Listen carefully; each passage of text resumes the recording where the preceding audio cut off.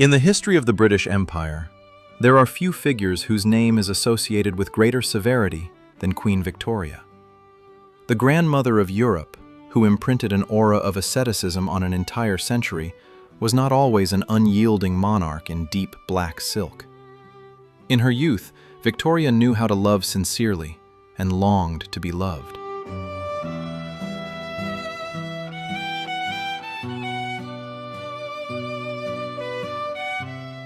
Their first meeting with Prince Albert of Saxe-Coburg and Gotha took place when the young princess was only 17. At that time, her German cousin made not the slightest impression on her.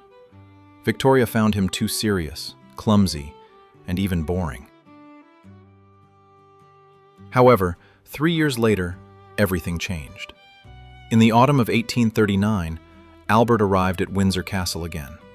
Before the Queen, and by this time Victoria had already ascended the throne, a completely different man appeared. A dignified, refined, erudite young man with a penetrating gaze. The ruler's heart melted instantly. According to strict royal etiquette, a subject or a representative of a foreign house had no right to propose to the reigning monarch. The initiative had to come solely from her. On October 15, 1839, Victoria invited Albert to her study and performed an act that stunned the staid court. She proposed to him herself. Albert accepted without hesitation. On February 10, 1840, the wedding took place. Their union became a model of marital fidelity for many years to come. Victoria and Albert were not just husband and wife, raising 9 children. They became inseparable political allies. The prince consort took on a vast amount of state work, streamlined the royal document flow, and became the ruler's chief advisor. They worked at neighboring desks, sharing both the joys and the burdens of power. The idol collapsed in December 1861. Albert, who had never been in robust health, died suddenly of typhoid fever, although modern researchers lean towards a chronic stomach disease. He was only 42 years old.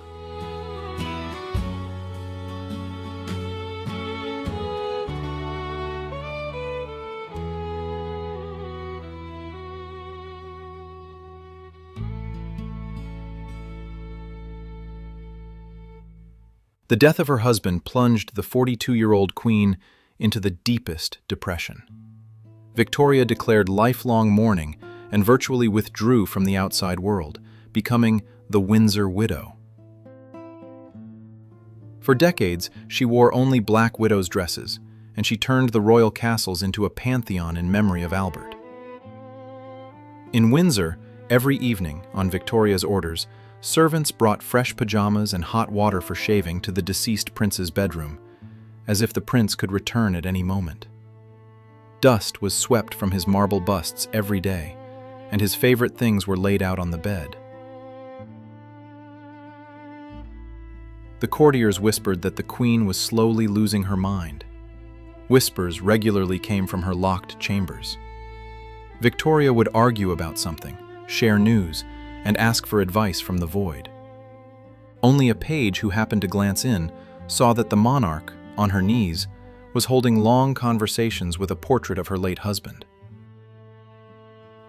Britain expressed dissatisfaction. The monarch had not appeared in public for years, had not convened sessions of parliament, and had ignored state receptions. The kingdom needed a ruler, not a living ghost. And at that moment, a man appeared on the stage who was destined to bring Victoria back to life. John Brown was a native of the Scottish Highlands, a simple forest ranger and gamekeeper, Gilly. He first entered the service at the Scottish Balmoral Castle back in 1848. Albert and Victoria, who were enamored with the harsh nature of Scotland, often hired Brown to accompany them on mountain walks. Even then, the Queen noted his robust build, absolute fearlessness, and knowledge of the local trails, calling him in her diaries, our most valuable mountain servant. However, Brown's true role became apparent 2 years after Albert's death. Doctors, concerned about Victoria's catastrophic decline in health, strongly recommended that she change her environment and go to Scotland.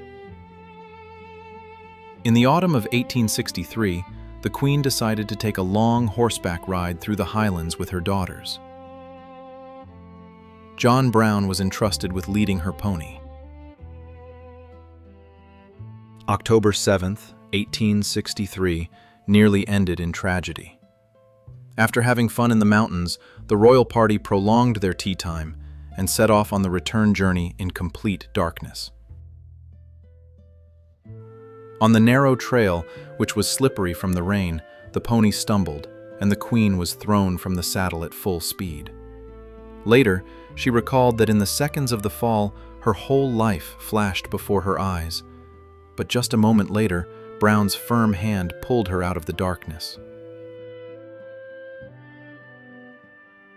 The Queen got off with severe bruises, hematomas, and a cut eyebrow. For several days, she had to apply pieces of raw meat to her eye to reduce the swelling. However, it was this incident that turned her world upside down. The care with which the rough-mannered Scot tended to her during her illness touched the deepest strings of her lonely soul. "He is so unwaveringly devoted to me," Victoria wrote in her diary. "Incredibly modest, understanding, not at all like an ordinary servant. Life once again takes on meaning." Soon, John Brown was transferred from Scotland to the Queen's permanent staff and appointed her personal bodyguard.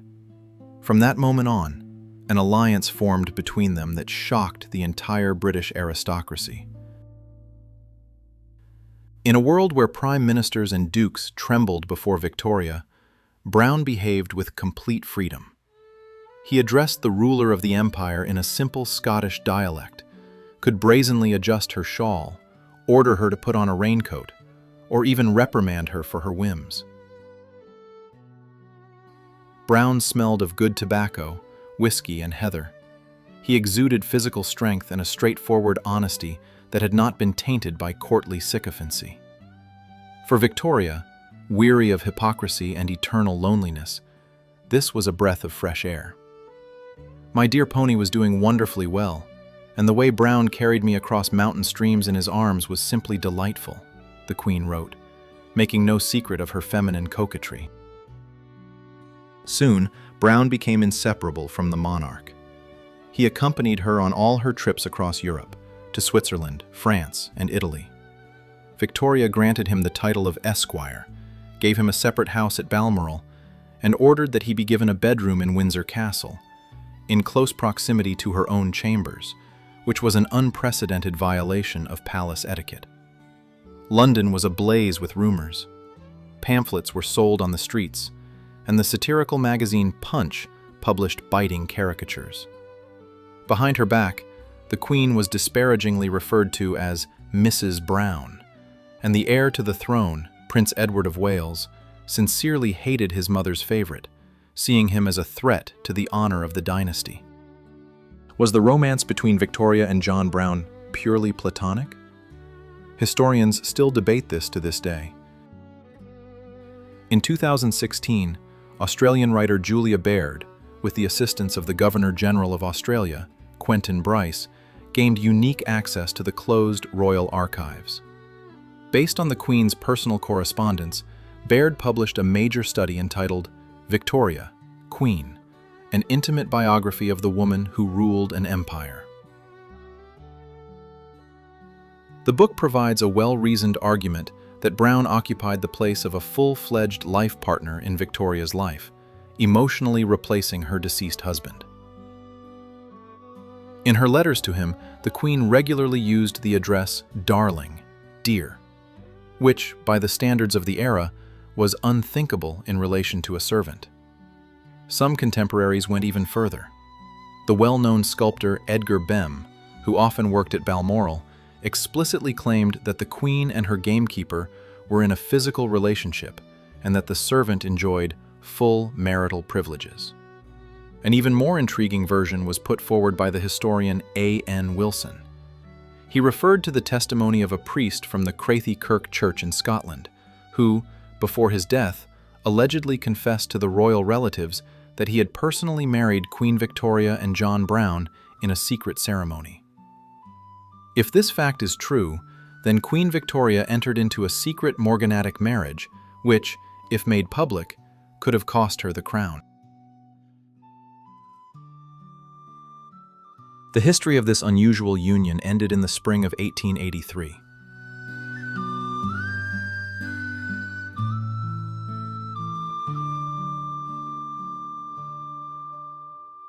Panic broke out in Windsor. A mysterious attack was carried out on a social activist, Lady Florence Dixie, in which Irish radicals were suspected. Concerned, Victoria asked Brown to personally inspect the castle's surroundings and track down suspicious individuals.